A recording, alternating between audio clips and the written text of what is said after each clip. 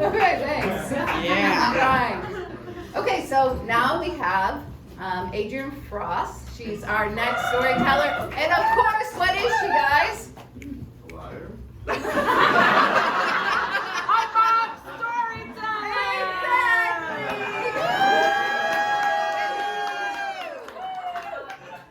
the Manhattan Monologue Grand Slam champion. She's performed at the Mosquito in Provincetown. Awkward teenage years. Wow, I would like to be. I'm still in awkward teenage years. Mortified, also me. Word Up, and more. She's done improv all across the U.S. as well as in London. She's appeared on many TV shows and films. Her writing can be found on the Onion's website and several anthologies. In her 2006 book, I Hate Other People's Kids. Do you have kids of your own? What? Do you have kids of your own? Fuck no. Okay. So maybe it should just be I hate kids. No? Oh God. Does that matter? Sorry. Taboo subject. Okay. Rewrite it. You can also catch her on the third Sunday of every month, hosting New Tricks stories at KED. QED. Okay. Q. It's It fine. says Q. Q. Okay. QED. It's all good. Astoria. It's good. Let's give it to the one and only Adrienne. It's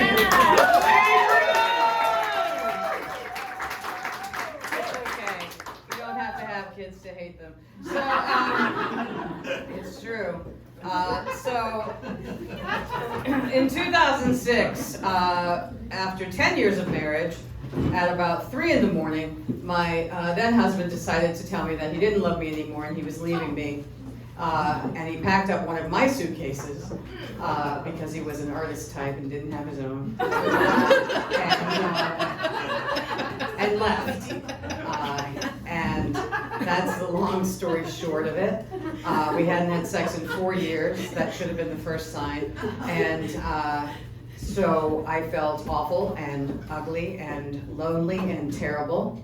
And so what I did was, long story short, I lost 40 pounds and got my nose pierced and got my first Brazilian wax at Completely Bare. Thank you. With a girl named Ahuva. They're not there anymore, God rest their souls. And decided I was ready to delve back into the world of dating, which had gone online. While I was trapped in a miserable marriage. So I didn't want to actually necessarily date anyone. I will repeat, I hadn't had sex in 4 years. What I wanted to do was get LAID laid. So the first place I went was eHarmony, which refuses to let you join if you're separated. The moment you say, I'm separated, it blocks you from their website. Shame. Okay? Shame on eHarmony. Fuck you, eHarmony. So I went to a place called Lava Life. Lava Life has 3 sections. Encounters, dating, and serious. Like serious, I want a relationship. It's like accident, murder, or suicide. So you get to choose which one you want to do, right? So I wanted encounters. So encounters, the men have to pay, the women don't have to pay. You can hide your picture if you want and then show it later, blah, blah, blah, blah, blah. So encounters can be anything from, which I did like everything. Talking to guys on the phone who mostly just want to jack off while you're on the phone. So it's like, hey, how are you? I'm fine. What are you wearing? T-shirts and jeans. I'm done. You know. So, okay, bye. Wow, thanks. Or like I would go to meet somebody and they wouldn't show up, so fine. Well, finally, I meet somebody. His name was Alan. He looked cute. He looked very attractive. He seemed, hot. He seemed, and he said on his profile, I'm 8.5 inches, if that matters. If that matters, I had spent the last 10 years with the Vienna sausage of husbands.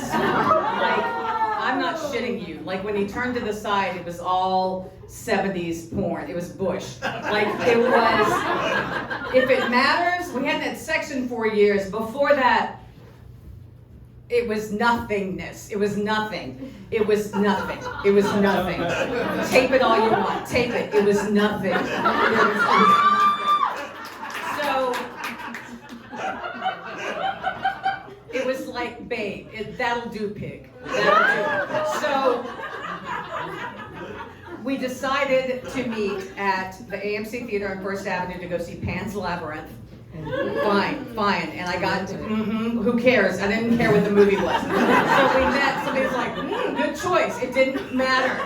So it could have been Paul Blart Mall Cop. I didn't really care. So I put on a very nice top and a skirt. I put on thigh-high stockings. I put on my John Fluvog, high-heeled boots that I got, thank you, on sale. And I looked gorgeous. And makeup and my vintage leather jacket, and I took the train there and everything, and I met him outside, and he looked me up and down, and he was very pleased, and I did not feel anything in the least way unattractive. I felt the most fuckable I had felt in a very long time, and so we went in to see the movie, no snacks, nothing, and it wasn't that, I didn't want popcorn. So it wasn't that busy because it was Pan's Labyrinth, it's an arty movie, whatever. We go to the back row, we're sitting there chatting, etc. And then the lights go down and he leans over and he kisses me hard. Thank you. Good hard. He kisses me good hard, okay? I hope there's no kids in the audience because it was that good hard, like it was hello, hello, hi there, hi, how are you? I'm fine. Like he knew, hello. It was hard. Like it was in there. Everything was, yeah, okay? So I was just like, okay. And the preview, I don't even know what the previews were. I don't know when the movie started. Wow. And then the movie started and he's just there and we're okay. And so the movie's playing and I don't know, Pan is doing something. And then, there's a little bit of neck nuzzling and a little more hard kissing, but it's good hard kissing. It's not like, stop it. It's like, and so, my bottom lip now is still blah, blah, blah.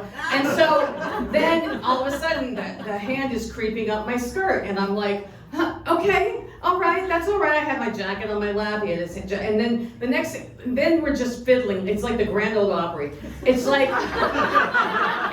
there's so much fiddling going on. It's like Dollywood. It's like I've got my hand under his jacket and he was 8.5, and his hand is under my jacket, and nobody cares. They're all interested, and I don't know. The girl is in trouble, I guess. Something bad is happening. I don't know. And the man's got eyes on his hands, and I don't give a shit.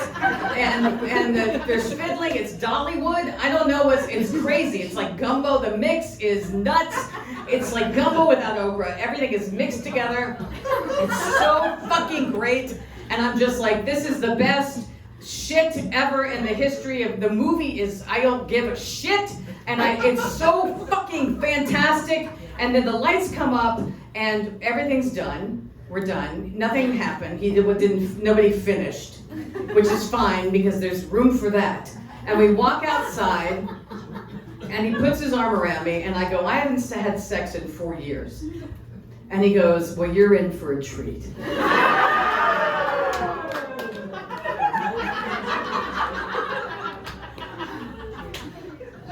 And I thought, are we going to Dairy Queen? And I was in for a treat. I was in for a huge fucking treat. And on the train ride to Rego Park where I lived, we just stared at each other. Just steamy staring at each other, steamy. No touching, just steamy. Like kind of, so what is it that you do? Oh, you're in a band? That's great. Thinking, your hand was in my, yeah? I'm thinking that the whole time. And when we got there, just had things, it was fantastic. And he actually said to me at one point, I have a cock ring in my bag. And I said, no. No, we're good.